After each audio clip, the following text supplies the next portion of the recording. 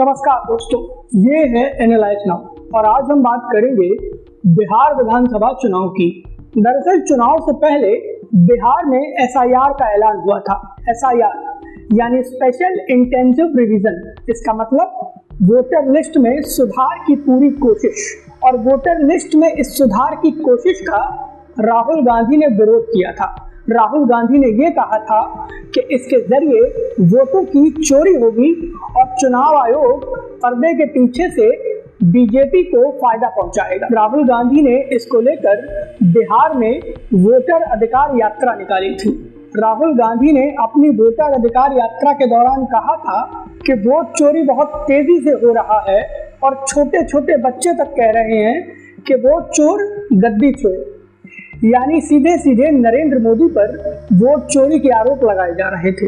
राहुल गांधी के साथ वोटर अधिकार यात्रा में तेजस्वी यादव भी थे। दोनों ने मिलकर पूरा माहौल बनाने की कोशिश की और कोशिश ये थी कि इस माहौल का फायदा बिहार के विधानसभा चुनाव में हो। अब वोटर अधिकार यात्रा के एक महीने बाद, क्योंकि वोटर अधिकार यात्रा 1 सितंबर को हुई थी, तो एक महीने बाद राहुल गांधी कहाँ हैं? एसआईआर पर विपक्षी दलों ने खूब माहौल बनाया।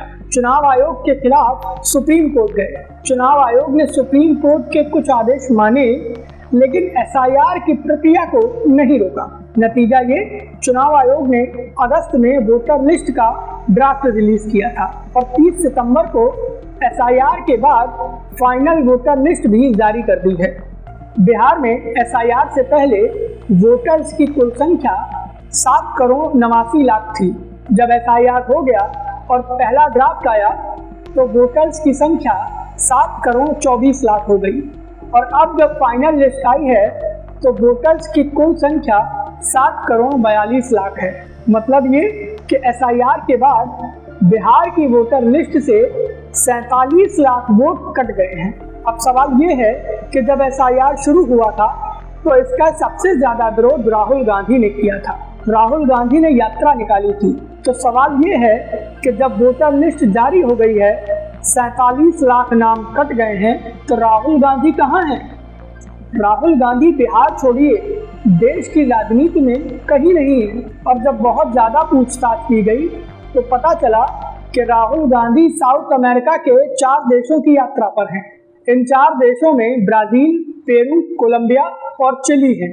अब सवाल ये है कि राहुल गांधी वहां क्या कर रहे हैं? तो कांग्रेस नेता पवन खेड़ा की तरफ से बताया गया कि राहुल गांधी वहां राजनेताओं और छात्रों से संवाद करेंगे। राहुल गांधी का विदेश में ये संवाद व्यापारिक और राजनीतिक मूल्यों पर होगा।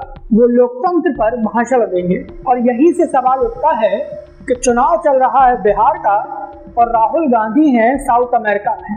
अगर ऐसे ही चलेगा तो कांग्रेस का विस्तार कैसे होगा? राहुल गांधी आखिर किस हैसियत से वहां संवाद करने गए हैं? क्या राहुल गांधी कैबिनेट मंत्री हैं?